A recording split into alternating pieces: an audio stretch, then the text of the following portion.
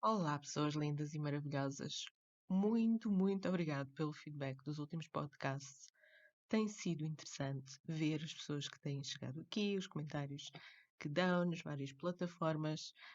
Então, se vocês sentirem que estas questões não ficam por aqui, levem a discussão para os comentários, levem as perguntas para os comentários. Se vocês estiverem no YouTube, há convenientemente em baixo uma secção de comentários. Se vocês virem isto nas redes sociais, como se diz, engajem. e vamos já saltar para a continuidade, é por isso que vocês aqui estão. Vamos continuar a falar dos 25 hábitos japoneses para uma vida melhor, do autor Masaki Ishiguro. Masaki Ishiguro escreveu este livro para ser uma sebenta de viver bem, viver longamente, ser feliz, estar concentrado em melhorar-se a si mesmo e a melhorar o mundo.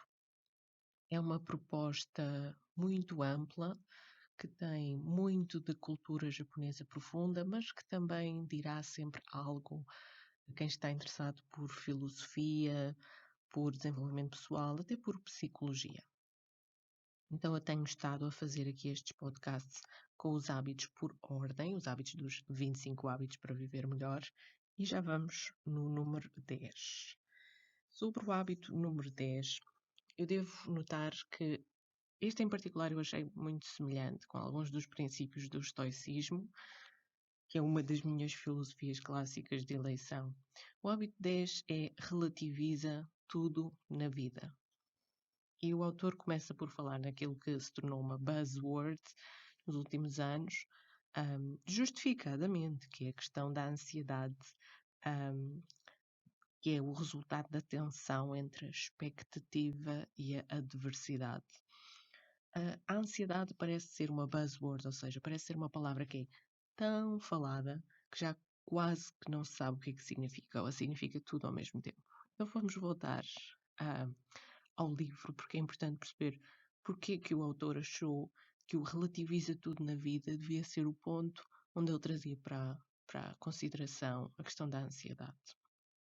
O que ele diz é que, pese embora os acontecimentos problemáticos estejam fora do controle do indivíduo, o sofrimento resultante de se ver a si mesmo como uma vítima do destino cruel é uma questão de percepção.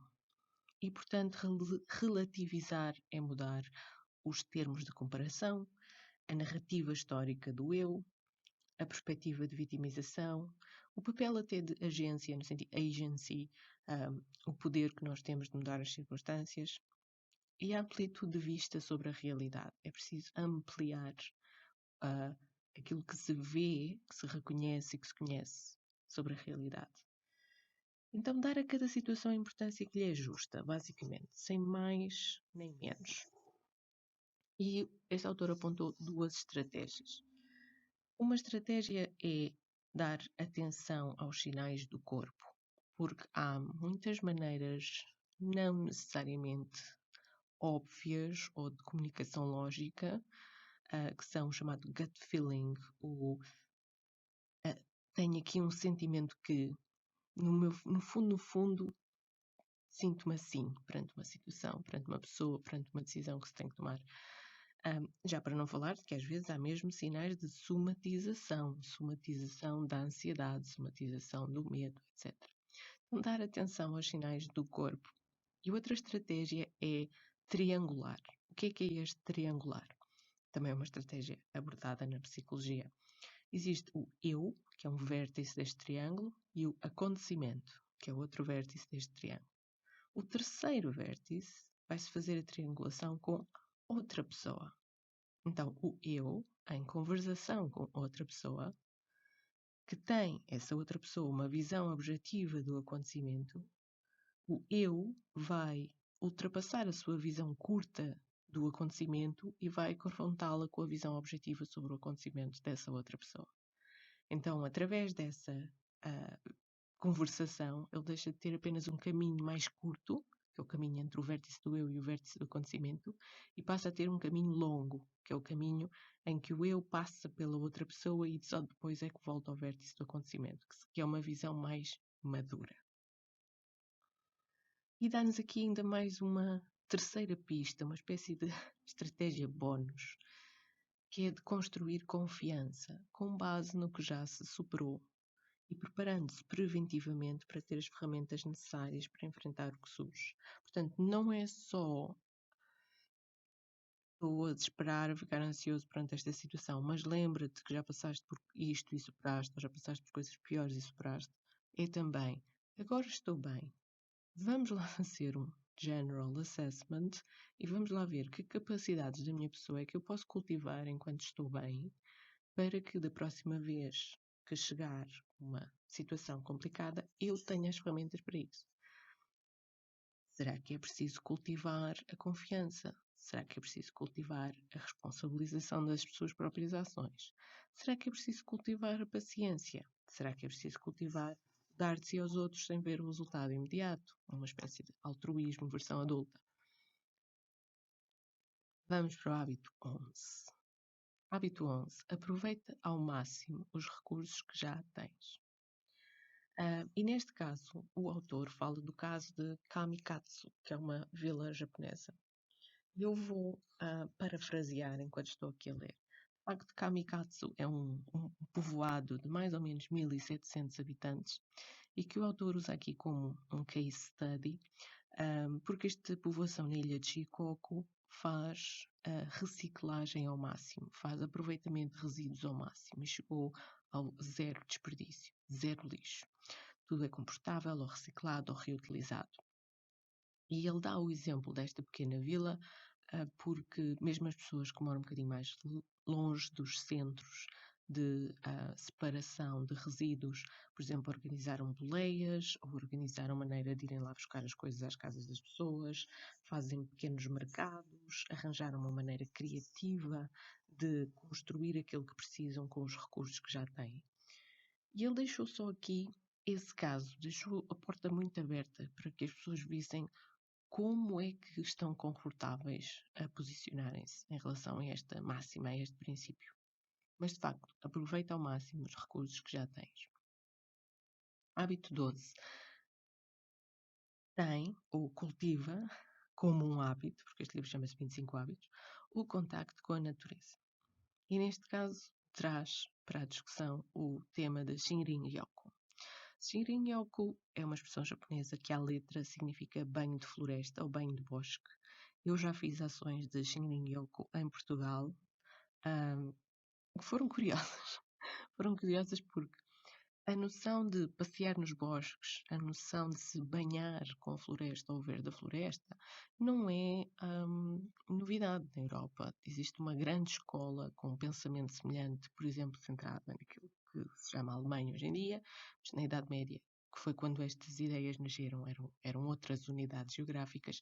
Portanto, estes princípios de que o bosque ou a floresta tem características biológicas, tem características, para quem assim as reconhece, até espirituais, que melhoram a qualidade de vida do ser humano. Hoje em dia nós sabemos que é verdade, mas já era reconhecido pelas antigas civilizações. Não era expressado desta maneira, com este vocabulário, mas nós sabemos que, por exemplo, fortalece o sistema imunitário, baixa a tensão arterial, regulariza as hormonas, reestrutura o sistema nervoso parasimpático, resolve ou ajuda a resolver muitas questões acerca das dores crónicas, das enxaquecas crónicas, etc. Já para não falar de que é um exercício físico moderado, muito simples, e se for bem guiado, e esta parte do ser guiado é importante e é transversal a todas as culturas, chamem de Shinrin-yoku ou outra coisa qualquer, o ser guiado é fundamental. Então este cultivar o contacto com a natureza como um hábito é realmente um caminho para ter um contacto físico com os elementos, para ver o tempo de uma maneira mais dilatada e para cultivar a consciência plena. Se fala muito de mindfulness, mas há muito pouca compreensão disso. Hábito 13. Ser constante e paciente, como o crescimento do bambu. É muito característico nas sociedades chinesa, coreana, japonesa, utilizar-se o bambu numa série de metáforas, provérbios ou histórias, e até cautionary tales. O bambu é de facto uma planta que cresce muito rápido, é uma das plantas que cresce mais rápido, se não mesmo a que cresce mais rápido de todas, no reino vegetal. E existem algumas particularidades do crescimento do bambu que têm sido interpretadas de modo simbólico na cultura japonesa. Por exemplo, durante os primeiros 7 anos, mais ou menos, o bambu expande as suas raízes e desenvolve os seus brotos, que vão aparecer noutros pontos, mas ainda não é visível à superfície. E depois, quando começa a crescer à superfície, tem um ritmo de crescimento muito acelerado e que é praticamente quase resistente a qualquer tipo de clima. Ou seja, quando começa a crescer, cresce muito e cresce muito rápido. Em 6 semanas pode atingir os 30 metros. Então, o que na verdade se retira daqui, de uma leitura simbólica do processo de crescimento do bambu, é que existe um tempo de preparação para tudo. E que em vez de uma solução rápida, o bambu simboliza o triunfo da perseverança, de ser constante e paciente, como o processo do crescimento do bambu.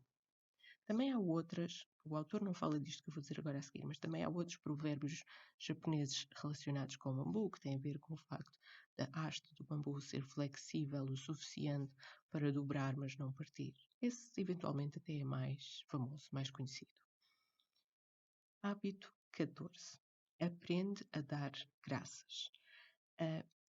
Tenho quase a certeza que quando tentaram traduzir isto, se calhar não escolheram a melhor expressão, por causa do que ele diz a seguir. Aqui não é só dar graças, é estar agradecido e é reconhecer o seu dever de gratidão, que é uma coisa muito importante na cultura japonesa, por causa de um conceito que se chama giri, que já está aqui na lista de podcasts, um podcast sobre o conceito de giri, de tão fundamental que ele é para entender vários aspectos da cultura japonesa.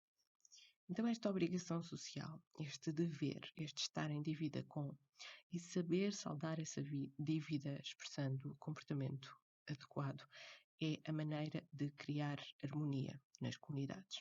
A harmonia depende do retorno daquilo que é manifestado. Mas a harmonia não é só o sacrifício, ou melhor dizendo, fazer um sacrifício em prol da harmonia, e portanto a manifestação de Giri, é um privilégio. O sacrifício é um privilégio. Porque senão não se tem relações com outras pessoas e comunidades e não se tem a possibilidade de representar um papel relevante e de atingir a felicidade ou a realização pessoal. Também é Giri dar graças pelos que antecederam, gerações anteriores, e que construíram as estruturas da sociedade atual e, portanto, que permitiram ao indivíduo poder realizar-se e ser feliz nesta sociedade atual.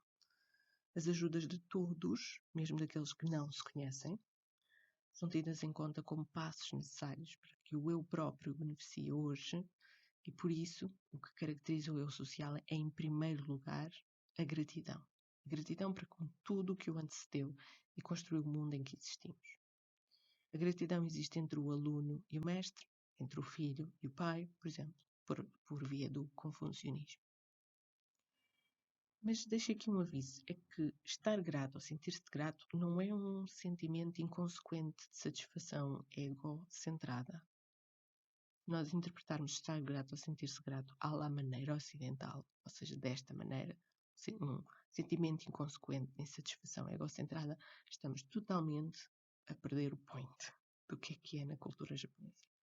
Estar grato é um gatilho para a ação, é um trampolim.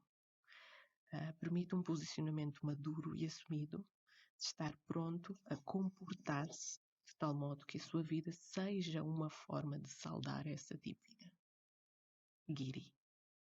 Dívida para com a história e dívida para com a sociedade. Hábito 15. Respeita cada ciclo. E ele começa com uma história oral passada de geração em geração sobre o próprio Buda. Então, os discípulos de Buda estariam constantemente a queixar-se sobre as coisas que já tinham feito e que não podiam mudar e a perguntar-lhe como é que se devia proceder em relação a isso. E o Buda suportou as suas queixas. Até que um dia decidiu dar-lhes uma resposta um bocadinho mais direta. Pelos vistos, eles não estavam a conseguir lá chegar sozinhos. Que é a seguinte: aceitar o inevitável E mudar o que pode ser mudado é a tarefa do sábio. É muito interessante que isto seja uma história budista, porque é muito semelhante com aquela máxima que é inclusivamente uma oração das sociedades cristãs ocidentais, mesmo não necessariamente a Igreja Católica Greco-Romana, que é aquela oração do dar sabedoria para distinguir o que pode ser mudado do que não pode ser mudado, força para mudar o que se pode mudar e paciência para aceitar o que não pode se mudar. Basicamente é isso. O autor fala aqui, para além de reproduzir esta história de Buda, fala aqui de alguns riscos. Ele não os elenca, ele não os lista desta maneira, mas eles estão semeados ao longo do discurso neste tópico. São riscos que todos nós nos sentimos atraídos por eles. O risco de acomodar-se, o risco de vitimizar-se, o risco de apegar-se ao que se deve libertar, ou de esperar, mas de esperar sem mudar e sem agir, ou de afogar-se na culpa. Portanto, estes riscos são algo que as pessoas têm que conhecer e reconhecer para os evitar. E o contraponto que ele dá a isto é que os maus ciclos de vida não devem amargurar a existência. Portanto, cabe a cada um escolher aceitar e ultrapassar um mau ciclo de vida, ou seja, uma má etapa. Vendo que, por mais difícil que isso seja, os estados emocionais, mesmo os negativos, são necessariamente passageiros. Porque ninguém é livre de etapas horríveis, perdas monumentais, períodos depressivos, doenças, etc. Mas mesmo então, talvez se calhar sobretudo nessas circunstâncias, é preferível não perder de vista o que é necessário e o que é vital.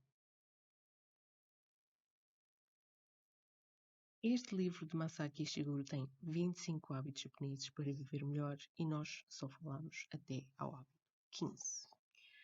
E uma vez que parecia interessar às pessoas que houvesse uma sessão mais interativa, eu vou falar dos outros hábitos que faltam em contexto de um direto. E esse direto vai acontecer pelo menos no YouTube, talvez também simultaneamente no Instagram. Ainda não tenho data, mas quando tiver data vou anunciar aqui, portanto, subscrevam, sigam, tenham as notificações ativadas para verem quando houver esse direto. Vou avisar e vai ser aberto a todos. Lembro ainda que as sessões de introdução aos estudos japoneses, onde se trabalha esta bibliografia e muitos outros, continuam a decorrer, têm estado a decorrer e vão decorrer pelo menos até dezembro deste ano, presencialmente em Coimbra e também online para todos os que são membros do Clube Privado do Projeto Cultural e Pedagógico Japão em Portugal. Eu espero que o vosso gosto pela cultura japonesa, sinceramente, mesmo sinceramente, alimente também a vossa jornada de desenvolvimento pessoal. E se tiverem questões sobre qualquer um destes assuntos, não hesitem em contactar, que eu posso encaminhar-vos para mais bibliografia, palestras gravadas e outras coisas assim, que talvez sejam aquilo que vocês estão à procura. Uma grande beijoca para todos e até ao próximo podcast.